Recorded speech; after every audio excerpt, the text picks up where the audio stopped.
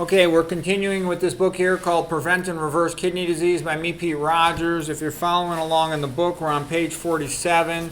This is chapter 2, low protein diets and very low protein diets. Okay, I started out with a couple of nephrology jokes or urology jokes.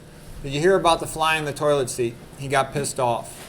Why are nephrologists the worst doctors to date? Because they're always getting pissed off. What is the favorite music of urologists? Handel's Water Music. What is the sexiest image in all of ultrasound imaging? Simultaneous bilateral ureteral jets. You see them on color Doppler. It looks like simultaneous orgasms. Okay.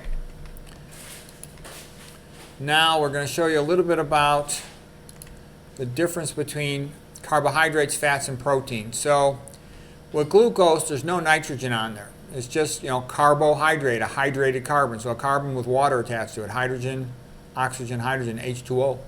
Okay, and here's a fat, palmitate. It's just carbons and hydrogens, a lot less oxygen. So the glucose is much more oxidized than is the fat, the palmitate. So it's good for energy storage. Because this is nonpolar, you can store it dry. So you can store it in much more concentrated form. The hydrated water, you're going to store it with additional water molecules.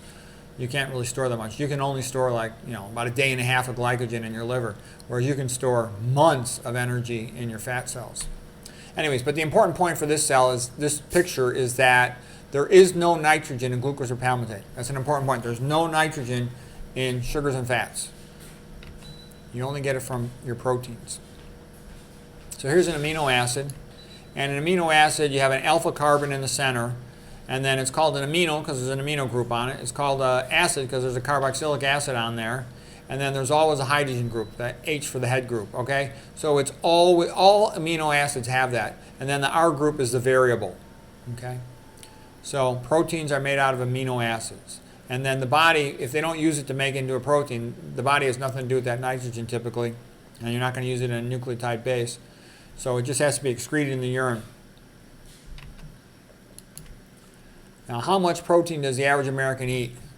The books tend to say they eat about 16% of calories, but I think that's an underestimation. In my opinion, it's higher than that, probably 18% or more, okay? And I constantly talk to a lot of people, and they're always telling me, oh, they want to take a protein powder, they're eating something for protein. The average American thinks they need more protein, which is completely stupid. I've never in my life seen anybody with a protein deficiency. I've never seen it once. It's so rare. Okay, you want to make animals live longer, you put them on a lower protein diet.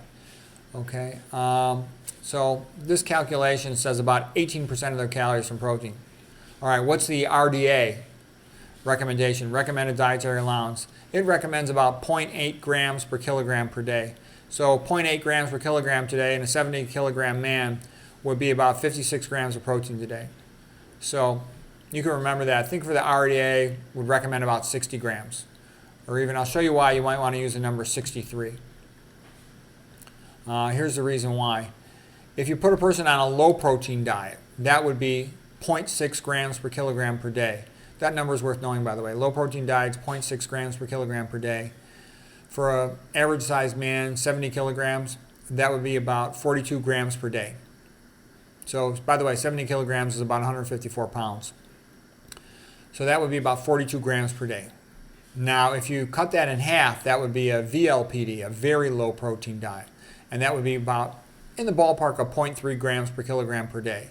So for a 70 kilogram man, same thing as a 154 pound man, that would be 21 grams of protein per day. And you see what I meant by, you can take the number 21, sort of lucky number 21, blackjack, take the number 21, double it to get to low protein diet for 42 kilograms per day, and then you could triple it. It's not exactly correct, but it's close enough to give you good working numbers. You could triple it and get 63, and that would be like an RDA type level of protein.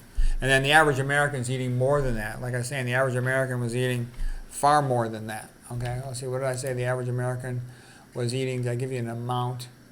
I didn't put the number in there, but you can imagine it's a lot more than that, okay?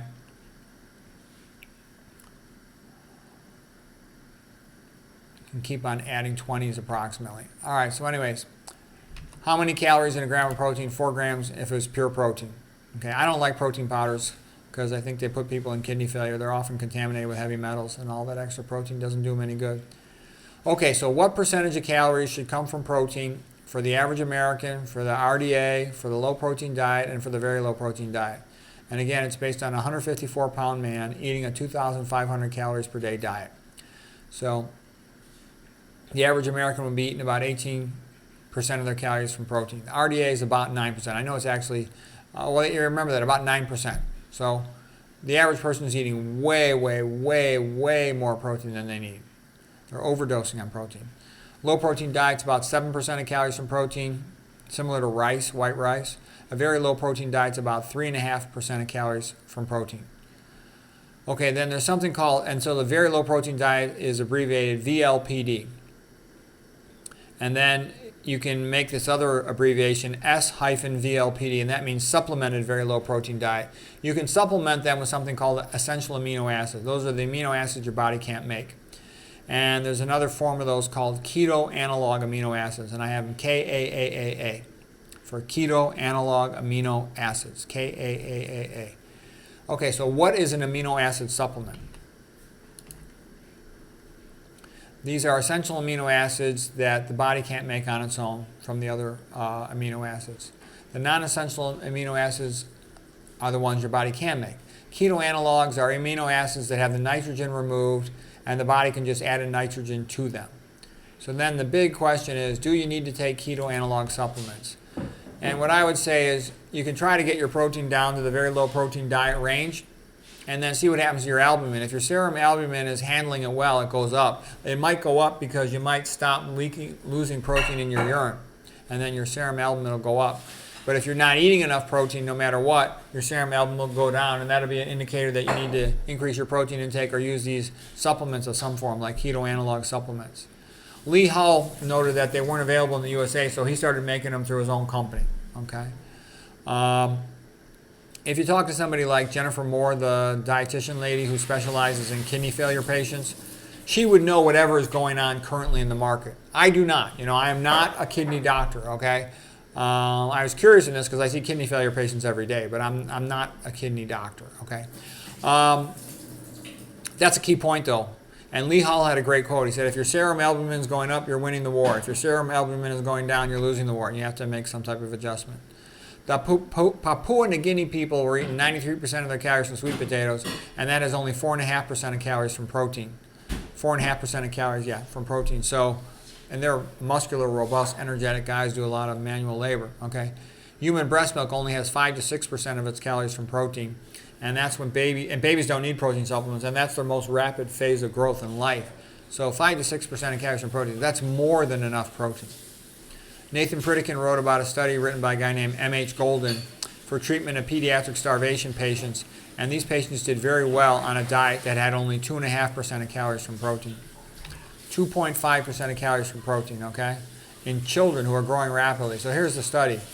2.5% of calories from protein was adequate. So you really don't need hardly any protein. It'd be impossible for you to get your protein below 2.5% on any diet that you could choose yourself, any type of natural occurring diet. Okay. And then the next question is, well, did Kempner give his patients amino acid supplements? Not that I'm aware of. I read his biography. I read a whole bunch of his publications, an entire book full of them that's available at Dr. McDougall's site. I don't recall seeing that. I've seen the lectures about him by his assistant, Frank Nealon, who never mentioned protein supplements, so I don't think he gave them to the patient. So here's the scientific publications by Walter Kempner. Volume 2 is the one you want to read. Volume 1 is in German. And that's available at Dr. McDougall's website, drmcdougall.com. Okay. All right, so I think we'll leave it at that for today. I hope you found that interesting. That's one of the most important things a person could know about if they've got kidney failure, is how to reduce their protein and what's going on with those categories and what's going on with their serum albumin. And they should be monitored by a physician or by a dietitian. So, if you need somebody, call Jen Moore or call somebody local to help you, but you're going to need somebody to be following, how you're doing and to be ordering blood tests on you. Hope you found that helpful.